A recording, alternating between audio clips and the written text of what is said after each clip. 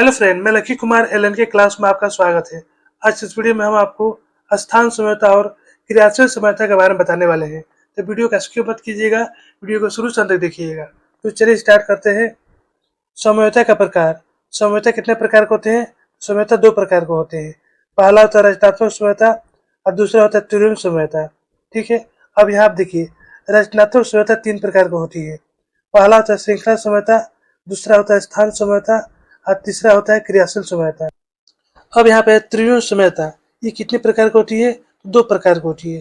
पहला होता है ज्यामितीय समयता और दूसरा होता है प्रकाशिकी समयता। ठीक है, अब यहाँ पर हम आपको स्थान समयता और क्रियाशील समयता के बारे में बताने वाले हैं। इसके पहले हम श्रृंखला समयता बता चुके हैं। ठीक है, अब यहाँ पर देखिए स्थान समयता। क्रियाशील समूह के स्थान पर भिन्नता के कारण उत्पन्न होने वाली समयता को स्थान समयता कहते हैं। स्थान समयता किसे कहते हैं? तो क्रियाशील समूह के स्थान में भिन्नता के कारण उत्पन्न होने वाली समयता को स्थान समयता कहते हैं। उदाहरण के लिए एल्कोहल के अणुसूत्र C3H8O के दो स्थान समायोजित होते हैं। पहला होता है 1 प्रोपेनॉल और दूसरा होता है 2 प्रोपेनॉल। 1 प्रोपेनॉल में क्रियाशील समूह OH का स्थान C1 पर तथा 2 प्रोपेनॉल में OH का स्थान C2 पर है। अब यहाँ देखिए क्या है, एल्कोहल की श्रृंखला है। ठीक है, अब यहाँ देखिए एल्कोहल का सूत्र क्या है? C3H8O है। ठीक है, और C3H8 क्या है? ये प्रोपेन है। प्रोपेन में 3 कार्बन और 8 हाइड्रोजन होते हैं। अब यहाँ देखिए ये क्या हाइड्रोक्साइड है, ये क्रियाशील समूह है। ठीक है, इसका अंकन हम कहाँ से करेंगे? ये क्रियाशील समूह के साइड से करेंगे। तो यहाँ पर 1 आ रहा है, यहाँ पर 2 आ रहा है, यहाँ पर 3 आ रहा है। ठीक है, अब देखिए प्रोपेन में कितने कार्बन होते हैं? तो 3 कार्बन होते हैं। ये क्या हो गया? प्रोपेन हो गया। इसमें 3 कार्बन है, इसलिए इसका क्या हो जाएगा? नाम प्रोपेनॉल हो जाएगा। एल्कोहल में क्या जोड़ा जाता है? तो ऑल जोड़ा जाता है, ऑल। ठीक है, यहाँ पे देखिए क्या प्रोपेन है, तो प्रोपेन में क्या जोड़ा जाएगा? तो ऑल जोड़ा जाएगा, तो प्रोपेनॉल हो जाएगा। ठीक है, अब यहाँ देखिए ये क्या क्रियाशील समूह है, इसलिए इसका अंकन हम यहाँ से करेंगे। यहाँ पर 1 आ रहा है, इसलिए ये क्या हो जाएगा? 1 प्रोपेनॉल हो जाएगा। ठीक है, अब यहाँ दूसरी श्रृंखला देखिए, इसमें कितने कार्बन है? तो 3 कार्बन है, तो क्या हो जाएगा? प्रोपेन हो जाएगा। प्रोपेन में 3 कार्बन होते हैं। अल्कोहल में क्या जोड़ा जाता है? तो ऑल जोड़ा जाता है, तो प्रोपेनॉल हो जाएगा।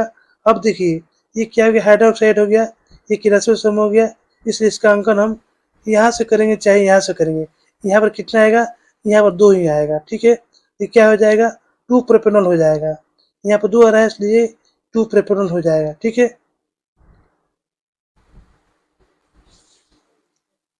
अब यहाँ देखिए एल्किन के अणुसूत्र C4H8 के 2 स्थान समायोजित होते हैं। पहला था 1 ब्यूटीन, दूसरा था 2 ब्यूटीन। ठीक है, एल्किन समूह में क्या जोड़ा जाता है? इन जोड़ा जाता है, इन।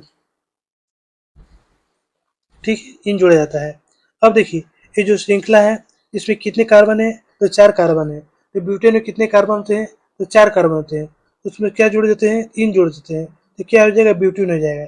ठीक है, अब देखिए यहाँ पर डबल बॉन्ड है, इसलिए इसका अंकन हम यहाँ से करेंगे। 1 2 3 4, यहाँ पर 1 आ रहा है, इसलिए इसका नाम हो जाएगा 1 ब्यूटेन। ठीक है, अब यहाँ दूसरी श्रृंखला देखिए, इसमें कितने कार्बन है? 4 कार्बन है। तो ब्यूटेन में कितने कार्बन होते हैं? तो 4 कार्बन होते हैं। तो उसमें क्या जोड़ दिया जाता है? इन जोड़ दिया जाता है, तो क्या हो जाएगा? ब्यूटेन हो जाएगा। अब यहाँ पर देखिए, यहाँ पर है डबल बॉन्ड। ठीक है, इसलिए इसका अंकन हम यहाँ से करेंगे। 1 2 3 4। ठीक है, चाहे हम यहाँ से भी कर सकते हैं, यहाँ से भी करेंगे तो यहाँ पर 1 आएगा, यहाँ पर 2 आएगा, यानी कि इसके अगल बगल में 2 आना चाहिए। ठीक है, यहाँ पर 2, यहाँ से अंकन करेंगे तो यहाँ पर 2 आएगा, और यहाँ से अंकन करेंगे तो यहाँ पर 2 आएगा, तो क्या हो जाएगा? 2 ब्यूटेन हो जाएगा। ठीक है, अब यहाँ पर तीसरा देखिए, क्रियाशील समयता। जब 2 या 2 से अधिक यौगिक के अणुसूत्र एक ही हो किंतु उनमें उपस्थित क्रियाशील समूह भिन्न भिन्न हो तो इस घटना को क्रियाशील समयता कहते हैं। क्रियाशील समयता किसे कहते हैं? तो जब 2 या 2 से अधिक यौगिक के अणुसूत्र एक ही हो किंतु उनमें उपस्थित क्रियाशील समूह भिन्न भिन्न हो तो इस घटना को क्रियाशील समयता कहते हैं तथा ऐसे यौगिक क्रियाशील समावि कहलाते हैं। उदाहरण के लिए C2H6O अणुसूत्र के 2 क्रियाशील समाई एथेनॉल और डाइमेथिल ईथर होते हैं। अब यहाँ आप देखिए ये जो एथेनॉल की जो श्रृंखला है, इसमें ये दोनों जो यौगिक है, इन दोनों के अणुसूत्र जो एक समान है, जबकि ये जो हाइड्रोक्साइड जो क्रियाशील समूह है, इससे बिल्कुल भिन्न है। ठीक है, अब यहाँ पे देखिए ये क्या है? डाइमेथिल ईथर है।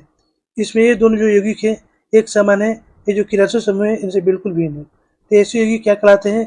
क्रियाशील समावि कहलाते हैं। ठीक है, ये दोनों क्या है? क्रियाशील समूह है। कार्बनिक यौगिक के अणुसूत्र C3H6O के दो क्रियाशील समूह होते हैं। पहला होता है एसीटोन, इसे क्या कहते हैं? प्रोपेनॉन। और दूसरा होता है प्रोपिनओन एल्डिहाइड, इसे क्या कहते हैं? प्रोपेनॉल। ठीक है।